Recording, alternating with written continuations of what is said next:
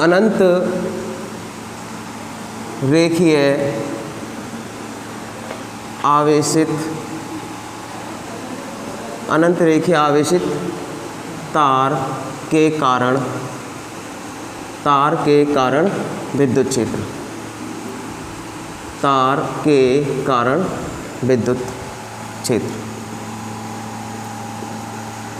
सब बच्चों को समझ में आ गया?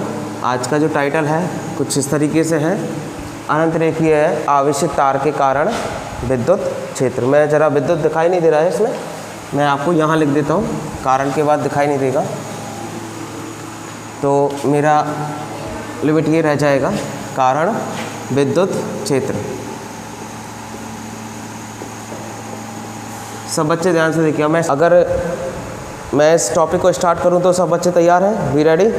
जरा हैंड रेज कीजिए फटाफट जल्दी से। अगर बच्चे आप सब तैयार बैठे हुए हैं तो हैंड रेज करिए जल्दी से। गीतम सिंह सही है, ओके बेटा, गुड, ठीक। दीपिका, चलिए मैं अब आपके लिए डायरेक्ट थोड़ा इसे बता देता है।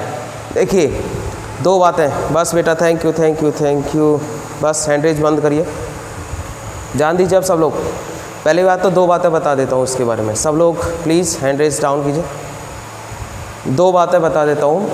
गाउस नियम से जब आप निकालोगे आवेशित तार के कारण विद्युत क्षेत्र तो 2 डायग्राम बनेंगे इसके अंदर। तो मैं देखिए स्पेस कम होता है ब्लैक बोर्ड के पास, ऑनलाइन में हमारे पास, तो हम लोग क्या करते हैं उसे रफ कर देते हैं। तो मैं आपके लिए डायग्राम बनाऊंगा, लेकिन आप उसे डायग्राम को बना लीजिएगा और अपनी कॉपी में रखिए और उसे समझते रहिए, ठीक है? तो हम लोग पहले 2 डायग्राम के बारे में बात करेंगे। तो सबसे पहले हमें इस टॉपिक में 2 डायग्राम बनेंगे। थ्योरी बहुत बड़ी है, इस टॉपिक की PDF आपके पास भेज दी जाएगी, तो चिंता करने की कोई बात नहीं है, आप टेंशन नहीं लेंगे।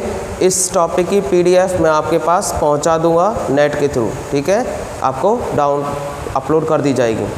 तो अब हमें बस इस टॉपिक को समझना है और जो मैं कहूँ उतारने के लिए वो टॉपिक आपको उतारना है। जैसे डायग्राम बनाने के लिए कहूँ तो वो डायग्राम बनाना है, उससे क्या आपको याद हो जाएगा। और मैं रफ़ करूँगा डायग्राम को तो आपके पास बना होगा डायग्राम। तो सबसे पहले शुरू करते हैं। देखिए गाउस नियम से, यानी कि हमें गाउस के नियम की सहायता से अनंत रेखीय आवेशित तार के कारण विद्युत क्षेत्र निकालना है। अब यहाँ पे जो तार की आकृति है वो कैसी दे रखी बेटा? अनंत रेखीय, यानी कि अनंत लंबाई का एक तार दे रखा है। तो सबसे पहले देखिए मैं डायग्राम से आपको समझाने जा रहा हूँ, ठीक है? सब बच्चे ध्यान दीजिए। माना ये हो गया एक अनंत रेखीय लंबाई का तार, ये देखिए। अब मैंने इस तार के ऊपर डॉट लाइन लगाई है और नीचे डॉट लाइन लगाई है, समझ में आ गया सबको?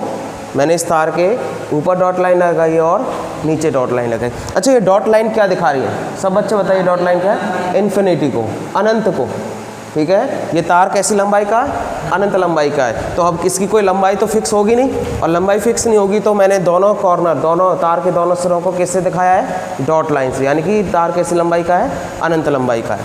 अब क्या करेंगे, इस तार के कारण विद्युत क्षेत्र हमें निकालना है, ठीक है? तो माना ये तार का मध्य बिंदु हो गया O। क्या हो गया बेटा?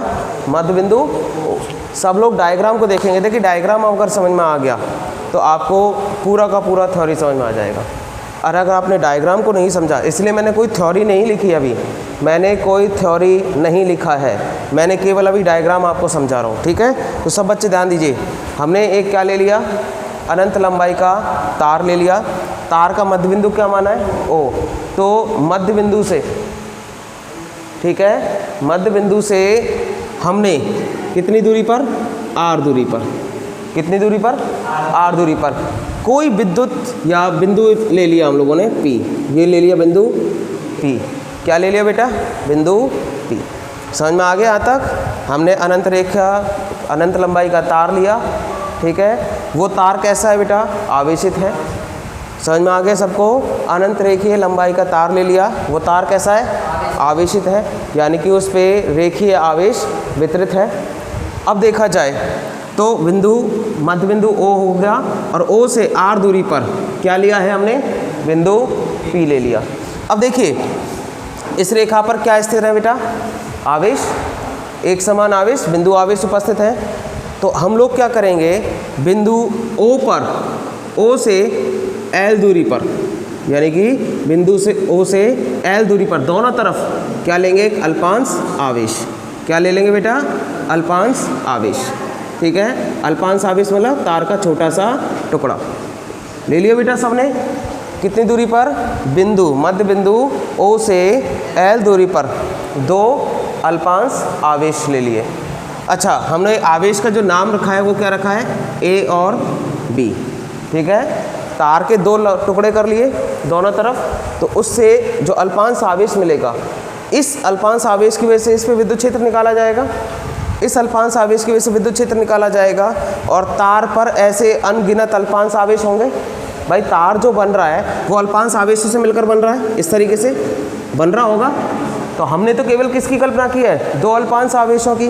तो हम लोग इन सबको तो क्या कर देंगे, हटा देंगे यहाँ से। ठीक है, वैसे ये तार अनगिनत बहुत सारे अल्पांश आवेशों से मिलकर बन रहा होगा। समझ में आ गया सबको। अब देखिए यहाँ पर अल्पांश आवेश है, तो इसके कारण बिंदु P पर विद्युत क्षेत्र की तीव्रता किस तरफ होगी, क्योंकि बिंदु P पर कैसा आवेश लेते हैं हमेशा, बताइए, बिंदु P पर कैसा आवेश लेते हैं, परीक्षण आवेश, टेस्टिंग चार्ज। सब बच्चों याद है ना चैप्टर फर्स्ट में, बिंदु P पर हमेशा कौन सा आवेश माना जाता है, परीक्षण आवेश, जिसे इंग्लिश में क्या कहते हैं, टेस्टिंग चार्ज। इसे हम लोग क्या बोलते हैं, परीक्षण आवेश। अच्छा, एक बात बताइए मुझे ध्यान से, विद्युत क्षेत्र की तीव्रता की दिशा A से P की ओर क्यों होगी, विद्युत क्षेत्र की तीव्रता या विद्युत क्षेत्र की जो दिशा होगी वो A से P की तरफ क्यों होगी, सब लोग बताइए ध्यान से, क्यों होगी। मैं आपको उसका आंसर बता देता हूँ। क्योंकि A पर किस प्रकार का आवेश उपस्थित है, धनात्मक आवेश। ठीक है, एक समान धनात्मक आवेश लिया है आपने। और बिंदु P पर भी कैसा आवेश है, धनात्मक आवेश। धनात्मक आवेश को क्या मारेगा, धक्का मारेगा, प्रतिकर्षण बल लगाएगा, सेम चार्ज होने, दीपिका सही कह रही है, सेम चार्ज के कारण, दीपिका का आंसर ठीक है। तो सेम चार्ज, एक समान आवेश होने की वजह से क्या होगा, प्रतिकर्षण बल लगाएगा, तो यही आवेश इस आवेश को क्या करेगा, धक्का मारेगा, यानी कि इसे प्रतिकर्षण बल लगा के फेंकेगा। तो ये हो गई इसकी, समझ में आ गया सब बच्चों को। विद्युत क्षेत्र की तीव्रता की दिशा कहाँ से हो गई, A से P की ओर, और अल्पांश आवेश के कारण है पहले, तो ये क्या हो गई, DE1 वेक्टर। सब बच्चों को समझ में आ गया। प्रथम विद्युत क्षेत्र की तीव्रता हो गई DE1 वेक्टर। क्लियर। अगर ऑनलाइन बैठे हुए बच्चों को समझ में आ गया हो तो ज़रा मुझे आप हैंड रेज करिए थे। गुड, समझ में आ गया सब बच्चों को। अगर किसी को कोई क्वेश्चन है तो मुझसे अभी पूछिए, कोई क्वेश्चन दिमाग में आ रहा है। ऑफलाइन बैठे हुए सबको समझ में आ गया। चलिए, कृष्णा, नितिन, सब बच्चों को समझ में आ गया। अरुण रिपीट, अरुण कह रहा है रिपीट, तो एक बार रिपीट और कर देते हैं बेटा। देखिए, हमने, सब बच्चे ध्यान से देखिए, रिपीट। कृष्णवीर ठीक है बेटा, मैं रिपीट कर रहा हूँ, सब लोग शांति से सुनिए ध्यान से। हमने कैसी लंबाई का तार लिया है, अनंत लंबाई का तार लिया है। हमने अनंत लंबाई का तार लिया है। तार का मध्य बिंदु कितना माना है, O से कितनी दूरी पर, R दूरी पर क्या लिया है, बिंदु P। ठीक है बेटा, इसमें जिस तरह का चार्ज आप लिया जाएगा, यहाँ पे एक समान आवेश वितरित है, यहाँ पे एक समान मान का आवेश वितरित है, तो हम लोगों ने क्या माना है, उसे धनात्मक माना है। अगर आप ऋणात्मक मानोगे, कोई बात नहीं, आप ऋणात्मक ले सकते हो, नेगेटिव ले सकते हो, तो विद्युत क्षेत्र की दिशा कहाँ से हो जाएगी, इस तरफ हो जाएगी। वो आपको कॉम्प्लिकेट पड़ेगा, थोड़ा सा प्रॉब्लम खड़ा करेगा। अभी जिसने बच्चे ने क्वेश्चन पूछा था कि सर हम उसे पॉजिटिव ही मानेंगे, तो बेटा उसका आंसर ये है कि अगर आप पॉजिटिव मानेंगे तो इसे निकालना आसान हो जाएगा। अगर आप इसे ऋणात्मक मानोगे तो विद्युत क्षेत्र की दिशा कहाँ हो जाएगी, P से A की ओर, क्योंकि इधर आएगा ये आवेश, आकर्षण खींचेगा, क्योंकि ये कौन सा होगा, धनात्मक, और ये कौन सा होगा, ऋणात्मक, तो ये से अपनी तरफ आकर्षित करेगा, तो विद्युत क्षेत्र की दिशा क्या हो जाएगी, ये हो जाएगी। अब देखिए, हम लोग समझ में आ गए यहाँ तक। तो अब ध्यान से देखिए, हमने 2 अल्पांश ले लिए, A और B। अल्पांश A के कारण विद्युत क्षेत्र की तीव्रता की दिशा DE1 वेक्टर, अल्पांश A के कारण विद्युत क्षेत्र की तीव्रता की दिशा DE1 वेक्टर, और उसकी दिशा हो जाए A से P की ओर। अच्छा, यहाँ देखिए ध्यान से, DE1 वेक्टर के जो विद्युत क्षेत्र है, इसके 2 घटक बनेंगे। ठीक है, इसकी दिशा के 2 घटक बनते हैं, क्योंकि अब जब कोई कण किसी डायमेंशनल में या विमा के अंदर, E1 वेक्टर क्यों नहीं बेटा E1 वेक्टर हम लोग ले लीजिए, कोई दिक्कत नहीं है, लेकिन अल्पांश लिया है तो हम लोगों ने DE1 वेक्टर लिया है। आप E1 वेक्टर ले सकते हैं, कोई दिक्कत नहीं है, ठीक है, कोई प्रॉब्लम नहीं है अगर आप इस E1 वेक्टर भी रखते हो। क्लियर हो गया बच्चों? हमने इसे अल्पांश माना है तो अल्पांश को ज़्यादातर D से D लगाकर हम लोग दिखाते हैं, डिफरेंशियल को तो हम लोग DE1 वेक्टर लगा दिया। अब देखिए ध्यान से, ऑफलाइन बच्चे जो बैठे हुए हैं, ऑनलाइन जो बैठे हुए हैं, DE1 वेक्टर की दो दिशाएं हो जाएंगी, यानी कि जो विद्युत क्षेत्र है ये इस दिशा में तो जा रहा है, लेकिन इसकी दिशा के कितने घटक हो जाएंगे? दो घटक। एक तो इसका लंबे घटक यानी कि ऊर्ध्वाधर घटक और एक इसका क्षैतिज घटक। क्षैतिज घटक ओपी दिशा की तरफ होगा तो ये इसका क्षैतिज घटक हो जाएगा, कितना हो जाएगा बेटा? DE1 cos theta. क्षैतिज घटक इसमें निकाला जाता है cos थीटा में, कॉसिया लेकर, तो इसका जो क्षैतिज घटक हो जाएगा, मैं ज़रा दिखाई नहीं दे रहा बच्चों को, ये हो जाएगा DE1 cos थीटा। सब बच्चे समझ गए? इसका क्षैतिज घटक कितना हो जाएगा? DE1 cos theta. और इसका लंबी घटक कितना हो जाएगा? सब बताइए बच्चे, सब बच्चे बताएंगे। DE1 sin theta. इसका लंबे घटक कितना हो गया? DE1 sin theta. यानी कि DE1 वेक्टर के दो घटक हो जाएंगे, एक तो क्षैतिज घटक और एक ऊर्ध्वाधर घटक। समझ में आ गया सब बच्चों को? अब देखिए ध्यान से आगे, ये बिंदु P है और यहाँ पर ले रखा था हमने टेस्टिंग चार्ज। अब यहाँ से आगे करेंगे। अल्पांश B पर उपस्थित आवेश के कारण, अल्पांश B पर उपस्थित आवेश के कारण, धनात्मक आवेश के कारण तीव्रता की दिशा कहाँ होगी? तीव्रता कहाँ होगी? B से P की ओर। तो इसके कारण भी तीव्रता जो होगी B से P की ओर, तो ये हो जाएगी कितनी? DE2 vector. बिंदु B पर उपस्थित धनात्मक अल्पांश आवेश के कारण तीव्रता कितनी हो जाएगी? DE2 vector. दिशा कैसी रहेगी? B से P की ओर। समझ में आ गए सब बच्चों को? अब एक बार बताइए, जब इसकी दिशा B से P की ओर है तो यहाँ भी इसके दो घटक बनेंगे, इसके भी दो घटक बनेंगे। एक तो घटक बनेगा क्षैतिज वाला और एक बनेगा ऊर्ध्वाधर वाला। तो क्षैतिज घटक कितना हो जाएगा बेटा? सेम हो जाएगा, वो कितना हो जाएगा? DE2 cos थीटा हो जाएगा। और इसका लंबवत घटक या ऊर्ध्वाधर घटक कितना होगा? DE2 sin theta.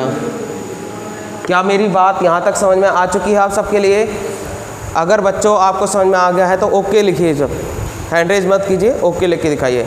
अगर मेरी बात आपको यहाँ तक समझ में आ चुकी है तो आप ओके ज़रूर लिख के दिखाइए, ठीक है? मुझे ओके लिख के दिखाइए जिससे मुझे पता चले।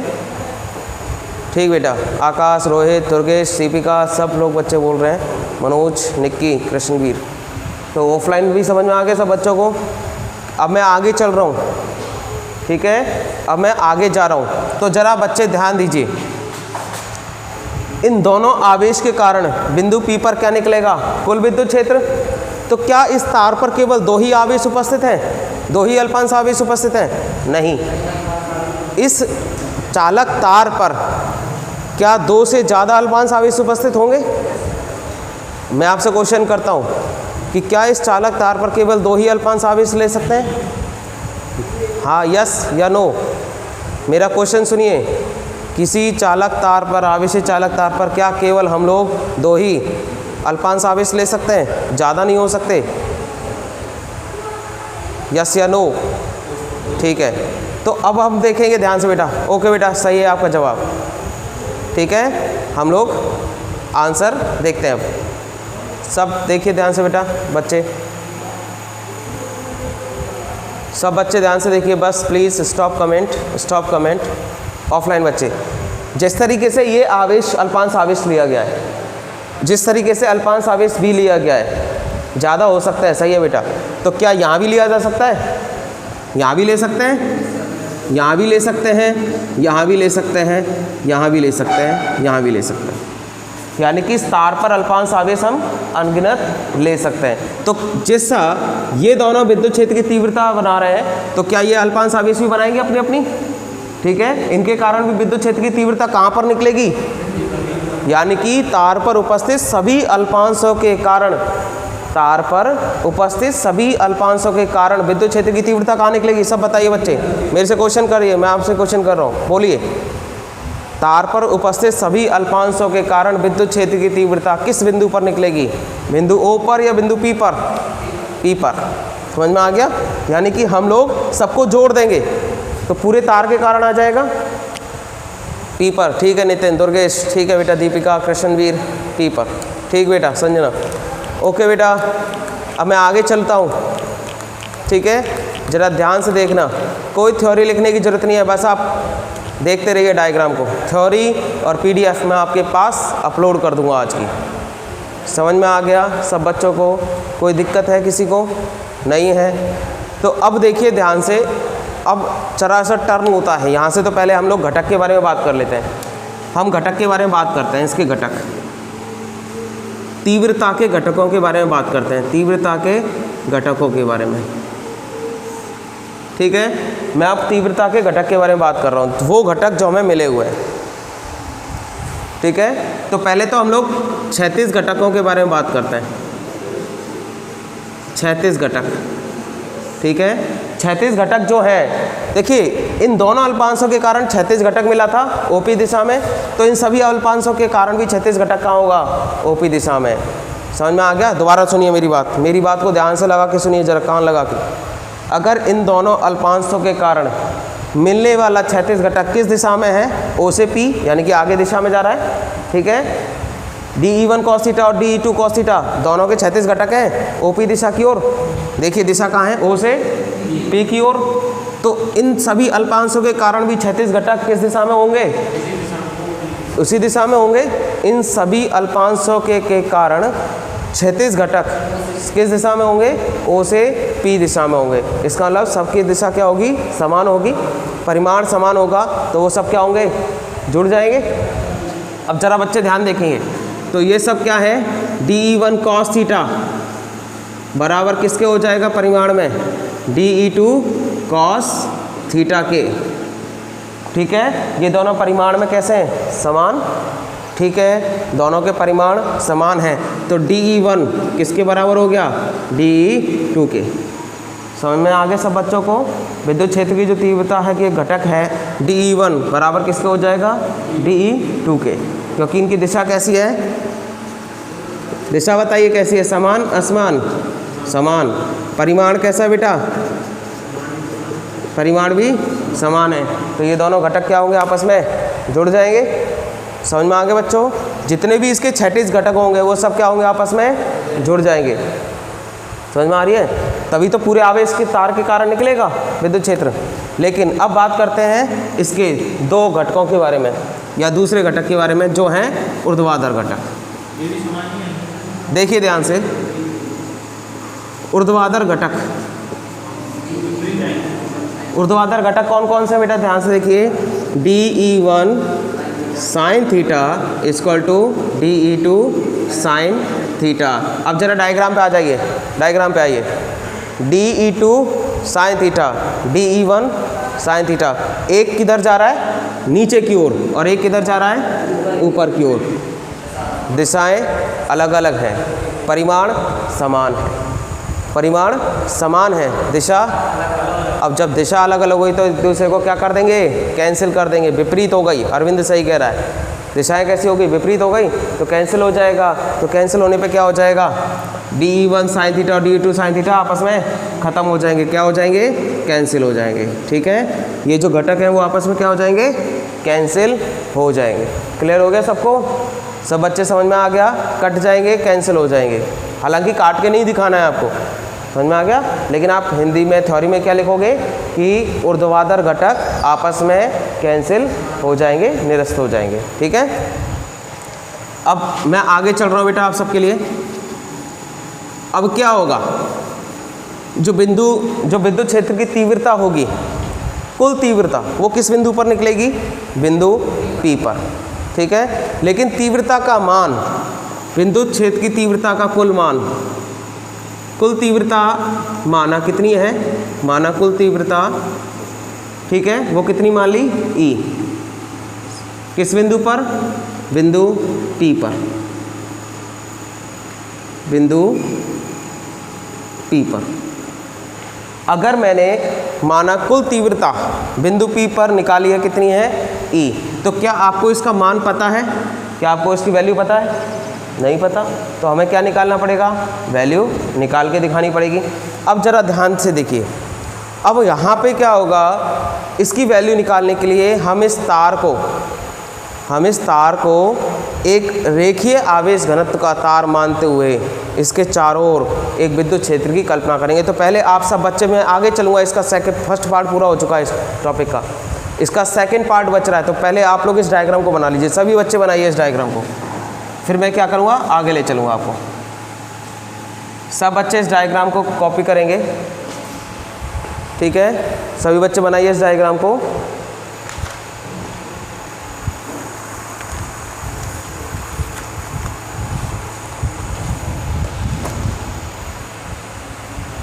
नहीं बेटा, एक ही बार बनाना है दीपिका। मैं इस डायग्राम को रफ करने वाला हूँ इसलिए कह रहा हूँ, मैं इस डायग्राम को रफ करने वाला हूँ इसलिए आपसे कह रहा हूँ कि डायग्राम बना लीजिए। मैं इस डायग्राम को रफ करूँगा इसलिए कह रहा हूँ आपसे कि डायग्राम बना लीजिए।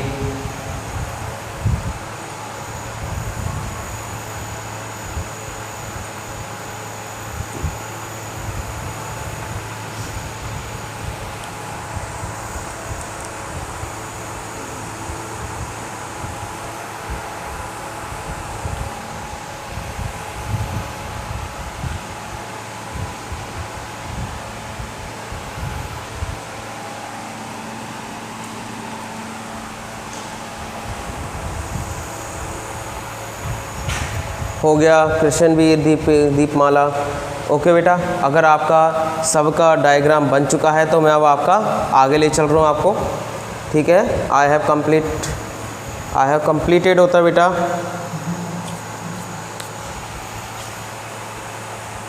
अनिल, ये इसका फर्स्ट पार्ट हो गया, इसलिए मैंने इसे आधा किया। हो गया रोहित, गुड बेटा। अब ध्यान से देखिए सब बच्चे, अब बारी आती है गाउस का नियम यूज़ करने की, क्योंकि टॉपिक देखिए ध्यान से, टॉपिक क्या है? अनंत रेखीय आवेशित तार के कारण विद्युत क्षेत्र, लेकिन किस नियम से? यानी कि अब हमें क्या लगाना है इसके अंदर? गाउस का नियम लगाना है। सब बच्चे समझ में आ गया? इस अनंत रेखीय तार के अंदर क्या लगाना है? गाउस का नियम लगाना है। तो अब हम क्या करेंगे, अब हम इस तार की दोबारा कल्पना करते हैं, ठीक है? माना L लंबाई का तार ले लिया जाए। इस अनंत रेखीय लंबाई में से कितना लंबाई ले लूँ? L लंबाई ले लूँ। तार की कितनी लंबाई ले लूँ? L। तो माना L लंबाई का तार ले लिया जाए, तार लेते हैं, ठीक है? माना L लंबाई का, अनंत रेखीय लंबाई में से कितनी लंबाई का तार ले लिया? केवल L लंबाई का, L लंबाई ले ली। अब क्या करेंगे, मानो ये तार है और इस तार के ऊपर जरा ध्यान से देखना, अब हमें गाउसीय नियम लगाना है। गाउस नियम किस नियम में लगता है? बंद पृष्ठ में। गाउस कहाँ लगता है? बंद पृष्ठ में। क्या ये तार बंद पृष्ठ है? क्या ये तार बंद पृष्ठ है?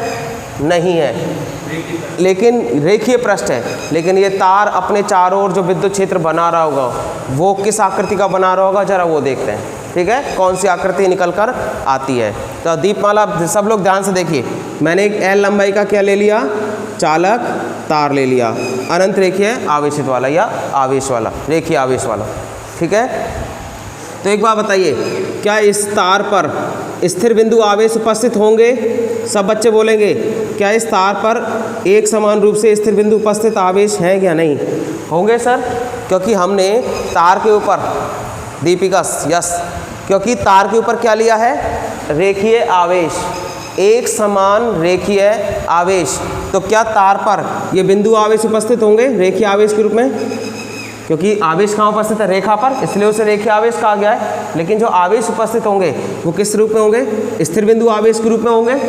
और स्थिर बिंदु आवेश, प्लीज़ स्टॉप कमेंट बेटा, दलवीर, भरत, ठीक है, आप सब सही बता रहे हो। तो ध्यान दीजिए, अगर इस तार पर स्थिर बिंदु आवेश एक समान रूप से उपस्थित है रेखा पर, तो एक स्थिर बिंदु आवेश अपने चारों ओर किस प्रकार के क्षेत्र, किस प्रकार के आकार का क्षेत्र उत्पन्न करता है? बताइए।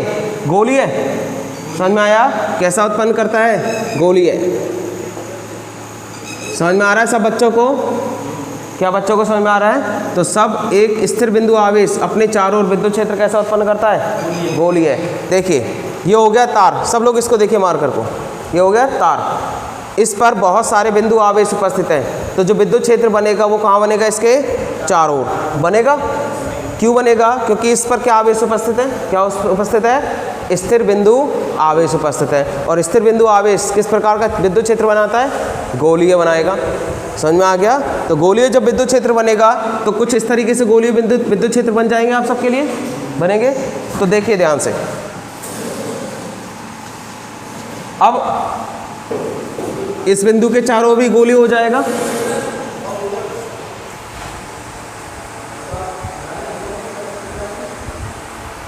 अरे यार जरा इसे स्टॉप कर देना। बच्चों को कनेक्ट कर दिया गया है, रिकनेक्ट कर दिया गया है। ध्यान से सुनिए बेटा, सभी बच्चे ध्यान से प्लीज़। अगर आप सब बच्चे कनेक्ट हो चुके हैं तो ज़रा हैंड रेज करिए। सब बच्चे अगर कनेक्ट हो चुके हैं तो दोबारा से हैंड रेज करिए। निक्की ने किया है, सब ने किया है, ठीक बेटा। बहुत सारे बच्चे हैंड रेज कर रहे हैं, गुड। मनोज ओके बेटा। सब लोग बच्चे ध्यान से देखेंगे। अब मैं वीडियो दोबारा से स्टार्ट करते हुए टॉपिक को आगे ले चल रहा हूँ, क्योंकि वीडियो बहुत बड़ी हो जाएगी, दोबारा से रुक जाएगी। तो अब देखिए ध्यान से, दीपमाला, दीपिका, सब थैंक यू बेटा। हैंड रेज बंद करिए, अब हैंड रेज बंद करिए। तो इस बिंदु आवेश के कारण गोलीय क्षेत्र हो गया। इसी तरीके से इस बिंदु आवेश के कारण क्या हो जाएगा, गोलीय क्षेत्र हो जाएगा। इस बिंदु की वजह से गोलीय क्षेत्र बनेगा, ये सभी बिंदुओं की वजह से क्या बनेगा, गोलीय क्षेत्र बनेगा। तो अब अगर आप इनकी दोनों तरफ की दिशाओं की सतह को मिलाओगे, ठीक है, अगर ये मिलाओगे तो किस तरह की आकृति मिल रही है आपको, बताओ। ये कैसी आकृति मिल गई आपको, बेलनाकार। कैसी आकृति मिल गई, बेलनाकार। इसका मतलब क्या है, अगर किसी तार पर एक समान स्थिर बिंदु आवेश उपस्थित है तो उसके चारों ओर जो गाउसियन पृष्ठ बनेगा किस आकार का होगा, आंसर दीजिए, बेलनाकार। मनोज कुमार ने आंसर दिया, सभी आंसर दीजिए मुझे। दीपमाल, दीपिका, मनोज, सभी आंसर दीजिए। किसी अगर तार पर बिंदु स्थिर बिंदु आवेश उपस्थित है तो उसके चारों ओर कैसा आकार का गाउसियन पृष्ठ बनेगा, बेलनाकार। बन गया बेलनाकार। तो हम लोग क्या करेंगे, बेलनाकार गाउसियन पृष्ठ की कल्पना करेंगे। तो हम लोग क्या करेंगे, बेलनाकार गाउसियन पृष्ठ की कल्पना करेंगे। तो अब देखिए, मैं इसे बेलनाकार गाउसियन पृष्ठ बनाता हूँ आपके लिए, क्योंकि गाउस का नियम कहाँ लगता है, हमेशा बंद पृष्ठ में। गाउस का नियम कहाँ लगता है, बंद पृष्ठ में। और बेलन कैसी आकृति है, बंद पृष्ठ वाली। बताइए, बेलन खुली आकृति है कि बंद पृष्ठ वाली है, बंद पृष्ठ वाली है। तो अब देखिए, बेलन की जब कल्पना करते हैं तो ये हो चुका है आपके लिए बेलन। सतहों को मिला दिया था गोलों की, तो ये दो अंतिम गोले, ऊपरी गोला और नीचे का गोला, ये वृत्त हो गया बेलन का, और ये ऊपर का वृत्त हो गया, ये वृत्तीय फलक हो गई दोनों, और ये क्या हो गई, वक्रीय फलक। और बेलन की कुल लंबाई कितनी मानी हम लोगों ने, एल। कितनी मानी है, क्योंकि कितनी लंबाई का तार लिया था, एल लंबाई का। कितनी लंबाई का तार लिया था, एल लंबाई का। और आवेश कहाँ उपस्थित है, बेलन में, रेखीय रूप में। तो आवेश जो बेलन का अक्ष हो जाएगा वो रेखीय आवेश मानते हुए मान लेंगे। तो माना ये रहा बेलन का अक्ष, समझ में आ गया। ये क्या बेटा, बेलन का अक्ष। इस बेलन के अक्ष पर क्या उपस्थित है, एक समान रेखीय आवेश। इस बेलन के अक्ष पर कोई बेलन का अक्ष होगा ना, 3D ऑब्जेक्ट में जितनी भी होती है, बेलन, शंकु, कुछ भी हो, क्या इनके अक्ष नहीं होते, अक्षरेखा होती है। तो बेलन का ये हो गया अक्ष हो गया। इस बेलन के अंदर ये तार ही हो गया एक तरीके से। तो तार के पर क्या उपस्थित है, एक समान रेखीय आवेश। तो वो कितना है, एक समान रेखीय धनात्मक आवेश उपस्थित है। ठीक है, समझ में आ गया सब बच्चों को। अब जरा ध्यान से देखिए, मैं इस डायग्राम को रफ करने जा रहा हूँ, क्योंकि इस डायग्राम का यूज़ नहीं है। अभी हमें विद्युत क्षेत्र का कुल मान निकालना है। सब बच्चे ध्यान से देखते रहिए और जितना हो सके इस टॉपिक को रिपीट करें। बेटा प्रैक्टिस नहीं करोगे तो फिजिक्स है इसका नाम, हिंदी और इंग्लिश नहीं है जो याद हो जाएगी आपको, या इसमें कोई फॉर्मूले यूज़ नहीं होते फिजिक्स में। केमिस्ट्री में आप फॉर्मूले यूज़ करके ट्रिक करके निकाल सकते हो, लेकिन मैथमेटिक्स में एक क्वेश्चन दे रखा होता है, उसके जैसे 4 क्वेश्चन और मिल जाते हैं। लेकिन फिजिक्स में हर डेरिवेशन अलग होती है, समझ में आया। फिजिक्स की प्रत्येक डेरिवेशन अलग तरीके से निकाली जाती है, इसलिए फिजिक्स में सबसे ज़्यादा प्रैक्टिस की ज़रूरत है। अब देखिए ध्यान से, समझ में आ गया यहाँ तक। तो हम लोग क्या करेंगे, गाउस का नियम लगाएंगे। अब गाउस का नियम लगाइए आप। गाउस नियम से, गाउस नियम से, ठीक है। गाउस नियम से हम लोग क्या जानते हैं, गाउस का नियम क्या होता है बेटा, बंद फ्लक्स, ठीक है। इसका मान कितना होता है, या हम लोग इसे कैसे दिखा सकते हैं, पृष्ठ surface E vector dot D S किसके बराबर हो जाएगा बेटा, summation Q upon epsilon not. जरा गाउस के नियम को याद करिए, गाउस का नियम हो अगर आपके पास तो खोल कर देखिए, यही लिख रहा होगा, यानी कि ये हो गया किसी भी बंद पृष्ठ से संबद्ध फ्लक्स, किसी भी, गाउस नियम क्या कहता है, किसी भी बंद पृष्ठ से संबद्ध फ्लक्स का मान उस बंद पृष्ठ में कुल आवेश, आवेशों के कुल तथा 1/ε0 का गुणनफल होता है। तो ये क्या है, फ्लक्स को आप कैसे लिख सकते हो, समाकलन करके ई vector dot D S vector, यानी कि फ्लक्स को आप कैसे लिख सकते हो, इस तरह भी लिख सकते हो, और इसका दोनों का मान किसके बराबर है, इसके बराबर है। गाउस का नियम यही कहता है। अब देखिए ध्यान से, अब हमें बात करनी है आगे कि ये जो कुल विद्युत क्षेत्र या सतह है, क्षेत्रफल है, समझ में आ गया, कुल विद्युत क्षेत्रफल जो निकाला जाएगा ये किस तरीके से होगा। अब ये बेलन का क्या हो गया, कुल क्षेत्रफल हो गया। अब बेलन का कुल क्षेत्रफल हम 3 भागों में तोड़ लेंगे, यानी कि बेलन को 3 भागों में तोड़ लिया जाएगा। इसके 2 वृत्तीय फलक हो जाएंगे, क्या हो जाएंगे, 2 वृत्तीय फलक, S1 ये हो गया, S2, और एक इसका वक्रीय पृष्ठ पर हम अल्पांश ले लेंगे, अल्पांश आवेश ले लेंगे। हमने बेलन के, हमने शायद आपको एक न्यूमेरिकल भी कराया था, शायद आपको याद हो। अगर मैंने न्यूमेरिकल कराया है तो आप लोग यस सर लिखिए इस तरीके से। अगर मैंने कोई न्यूमेरिकल कराया है तो आप यस सर लिखिए। एक ऐसा न्यूमेरिकल कराया था, शायद आपको याद हो, कराया था ना, हाँ, जब हमने बेलन लिया था उसमें, तो हम बेलन के कितने पृष्ठ माने थे, 3। ये पृष्ठ कैसा होता है, वृत्तीय, ये कैसा होता है, वृत्तीय, और ये कैसा होता है, वक्रीय, कैसा होता है, वक्रीय। तो ये पृष्ठ कौन सा हो गया बेटा, S3। अब जरा बस बेटा शांत, ओके बेटा, सौरभ निकोल सब ठीक कह रहे हैं, ध्यान से देखिए। अब सब, अब देखेंगे हम लोग इस बंद पृष्ठ में आवेश का कुल मान कितना है, इस बंद पृष्ठ में आवेश का कुल मान कितना है। तो कैसा आवेश है बेटा, रेखीय आवेश। क्या पृष्ठीय आवेश है, नहीं। क्या आयतनीय आवेश वितरण है, नहीं। केवल आवेश किस पर, एक रेखा पर। तो कौन सा आवेश घनत्व लगेगा, रेखीय आवेश घनत्व।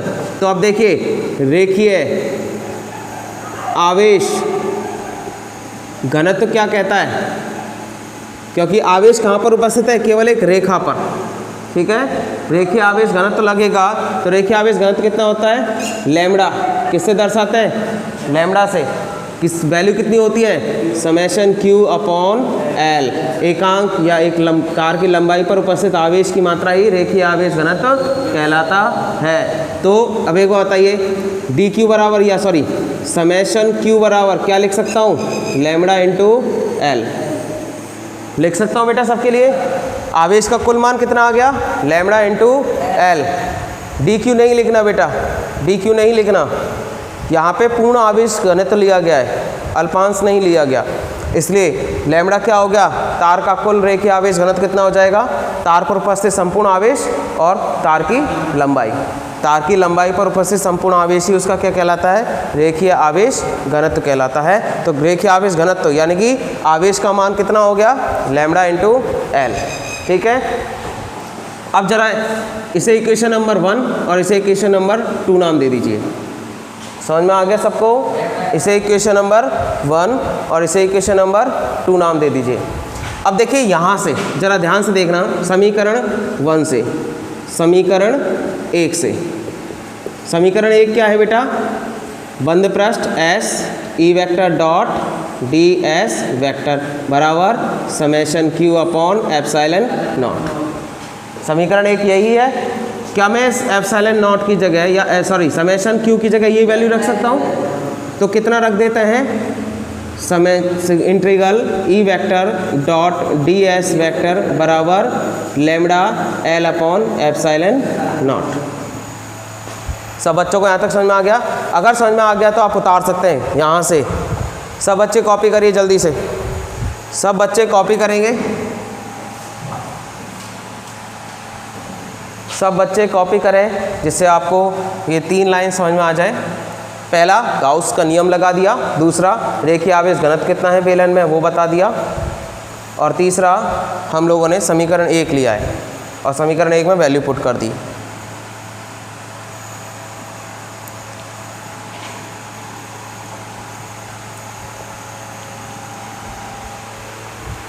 समीकरण 3 में क्या कर दी बेटा, वैल्यू पुट कर दी।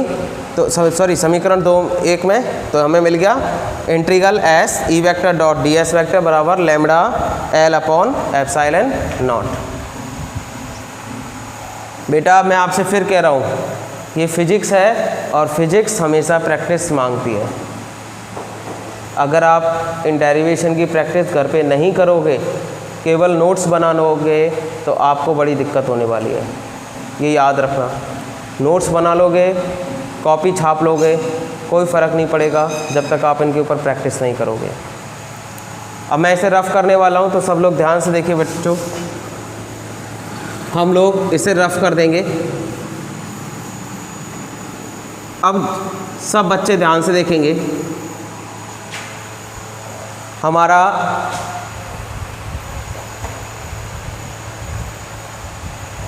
बेटा क्लियर दिख जाएगा। अभी मैं इसे और अच्छी तरह रफ़ कर देता हूँ, सब लोग ध्यान से देखेंगे। नितिन हो गया, ओके बेटा। अब इस समीकरण को थोड़ा सा ऊपर देखेंगे। सब please stop comment, stop comment, stop hand raising, and कोई हाथ नहीं उठाएगा, कोई कमेंट नहीं करेगा। अब मैं टॉपिक को आगे ले चल रहा हूँ। बेटा ध्यान से देखिए, ये क्या है, बेलन का पूर्ण क्षेत्रफल। ये क्या है, बेलन का पूर्ण क्षेत्रफल। ये है बेलन का संपूर्ण क्षेत्रफल जिसमें वृत्तीय और पृष्ठीय वक्रीय दोनों आ रहे हैं, ठीक है। ये बेलन का पूर्ण क्षेत्रफल। अब बताइए बेलन कितने भागों में तोड़ा गया है, 3 भागों में। बेलन को S1, S2 व S3 भागों में बांट सकते हैं, भागों में बांट सकते हैं। अच्छा S1 S2 कैसे हैं, वृत्तीय फलक वाले। S1 S2 कैसे हैं, वृत्तीय वाले, और S3 कैसा है, वक्रीय वाला। अब यहाँ पर बहुत अच्छी बात है, अगर मैंने इस क्षेत्रफल को 3 भागों में बांट लिया तो 3 क्षेत्रफल बन गए। तो मैंने क्या करूँगा, इसको देखिए कैसे लिखता हूँ 3 भागों में तोड़कर।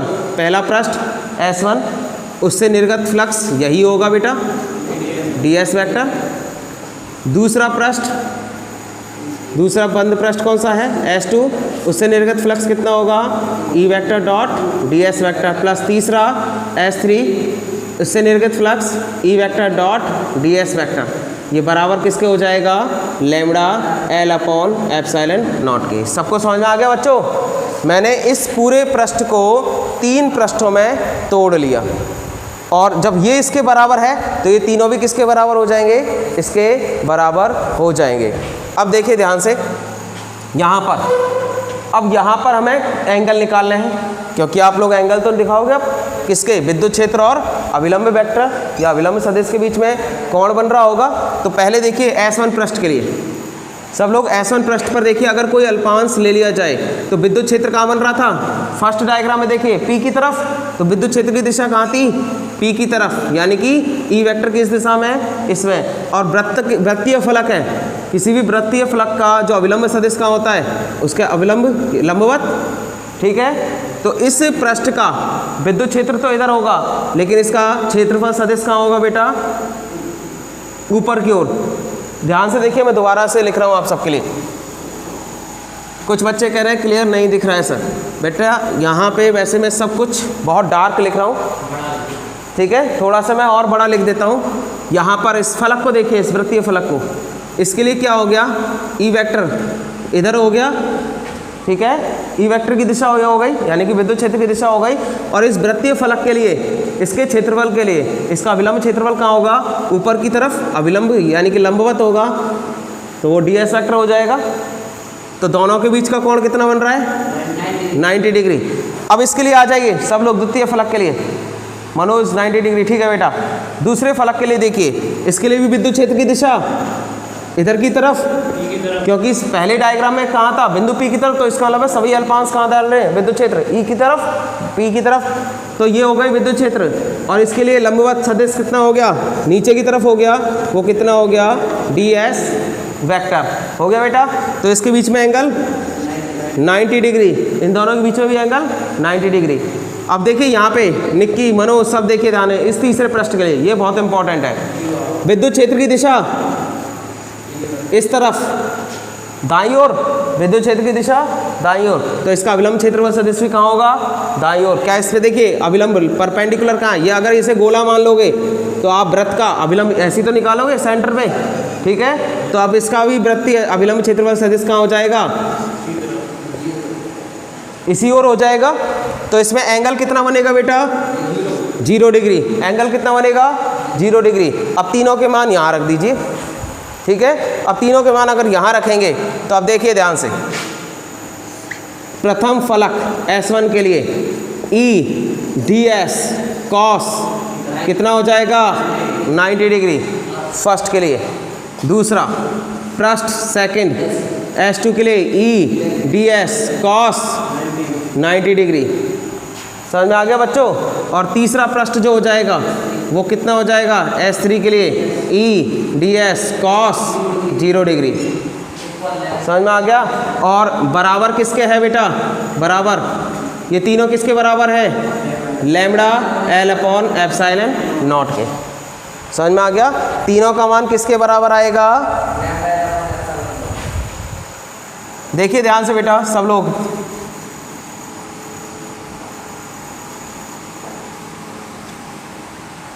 अब देखिए ध्यान से, पहला पृष्ठ दोनों के मध्य बनने वाला कोण 90 डिग्री, दूसरे पृष्ठ में दोनों के मध्य बनने वाला कोण 90 डिग्री, तीसरे पृष्ठ में भी दोनों के मध्य बनने वाला कोण 0 डिग्री, ठीक है। और इन तीनों का मान किसके बराबर है, लैम्बडा L/ε0 के। आप सब छोटा लिख रहे हैं, देखिए कितना स्पेस बचा हुआ है, वो यहाँ पे वीडियो में बहुत छोटा आ रहा है बेटा। मैं दोबारा लिख रहा हूँ इसके लिए, इस लाइन को मैं दोबारा लिख रहा हूँ थोड़ा बड़ा करके, कुछ बच्चे कह रहे हैं दिख नहीं रहा है सर, तो मैं थोड़ा सा बड़ा लिख रहा हूँ।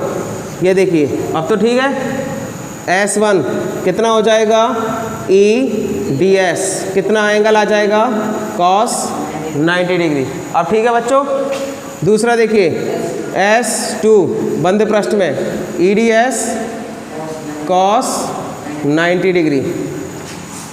और तीसरा पृष्ठ भी क्या आ जाएगा, तीसरा पृष्ठ जो होगा E ds cos 0 डिग्री, समझ में आ गया। 0 डिग्री क्यों आया, क्योंकि दोनों एक ही दिशा में है। वो लाइन पूरी कर दे, तो इसके तीनों किसके बराबर आ जाएंगे बेटा, लैम्बडा L/ε0 के। इन तीनों का मान किसके बराबर आ जाएगा, लैम्बडा L/ε0 के। तो आप ये ज़रा उतार लें, 2 लाइन उतार लें, फिर मैं और करता हूँ इसे।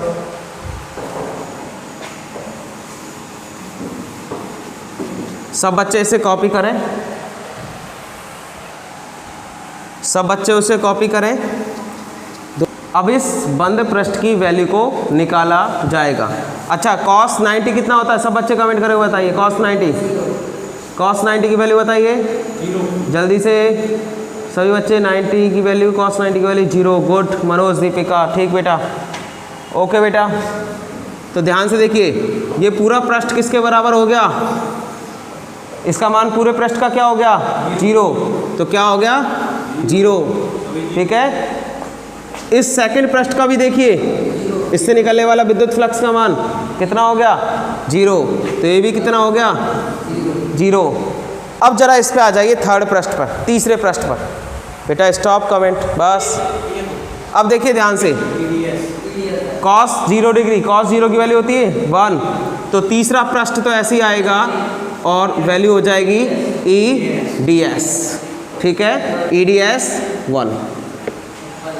और इक्वल किसके हो जाएगा, लैम्बडा L/ε0 के, लैम्बडा L/ε0 के।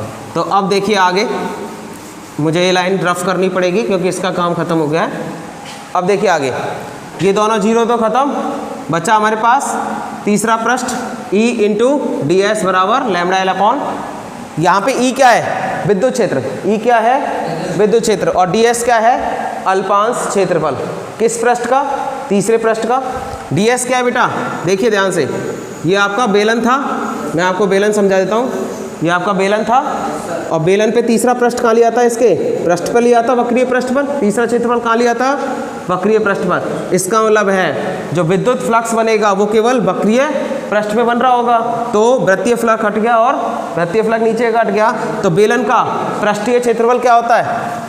बेलन का संपूर्ण पृष्ठीय क्षेत्रफल। फॉर्मूला बताइए जल्दी से, फॉर्मूला जो बताएगा उससे वेरी गुड मिलेगा सर, ऑनलाइन ही।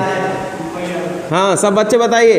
तो ई तो बाहर आ जाएगा और जो S3 आएगा वो इंटीग्रल हो जाएगा ds के साथ 2 पाई आर एल। ठीक है बेटा, बेलन का वक्र पृष्ठीय क्षेत्रफल क्या होता है? 2 पाई आर एल। तो इसकी जगह क्या आ जाएगा? 2 पाई आर एल। तो E बराबर E मल्टीप्लाई कितना हो गया? 2 पाई आर एल। बेलन का वक्र पृष्ठीय क्षेत्रफल बराबर किसके हो जाएगा? Lambda L upon epsilon not के। ठीक है बेटा, अब हमें किसकी वैल्यू निकालनी है? विद्युत क्षेत्र। यही वैल्यू निकालनी थी हमको। बिंदु P पर किसकी वैल्यू निकालनी थी? विद्युत क्षेत्र की। तो बिंदु P पर विद्युत क्षेत्र क्या होगा? तो E बराबर क्या हो जाएगा बेटा? Lambda L upon 2 pi R L epsilon not. L से एल खत्म हो गया, समझ में आ गया? यानी कि चालक तार की लंबाई पे निर्भर नहीं करेगा। समझ में आ रहा है? एल से एल खत्म। इसका मतलब है बनने वाला विद्युत क्षेत्र, बेटा इधर देख, बनने वाला विद्युत क्षेत्र चालक तार की लंबाई पर निर्भर नहीं करेगा। तो किस पर निर्भर करेगा? E बराबर lambda upon 2 pi r epsilon naught. ये फॉर्मूला बन के तैयार हो जाएगा। तो अब देखिए E का मान किस पे निर्भर कर रहा है? समानुपाती किसके? रेखीय आवेश घनत्व लैम्डा के। और व्युत्क्रमानुपाती किसका है? 1 अपॉन आर के। यानी कि दूरी बढ़ने के साथ, केंद्र से दूरी बढ़ने के साथ विद्युत क्षेत्र की तीव्रता कम हो जाएगी, लेकिन रेखीय आवेश घनत्व बढ़ने पर विद्युत क्षेत्र का मान, ठीक है, विद्युत क्षेत्र का मान बढ़ेगा। यानी कि विद्युत क्षेत्र का मान लैम्डा और आर पर निर्भर करता है, लेकिन लंबाई पर निर्भर नहीं करता है। चालक तार की लंबाई 1 मीटर ले लो, 2 मीटर ले लो, चाहे 2000 मीटर ले लो, कोई फर्क नहीं पड़ेगा।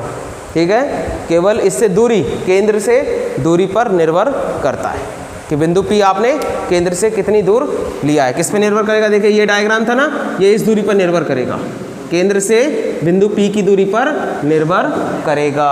ठीक है, अब इसे आप कॉपी कर लीजिए और आज का टॉपिक खत्म हो गया और फिर मिलेंगे हम आपको कल की वीडियोज़ में।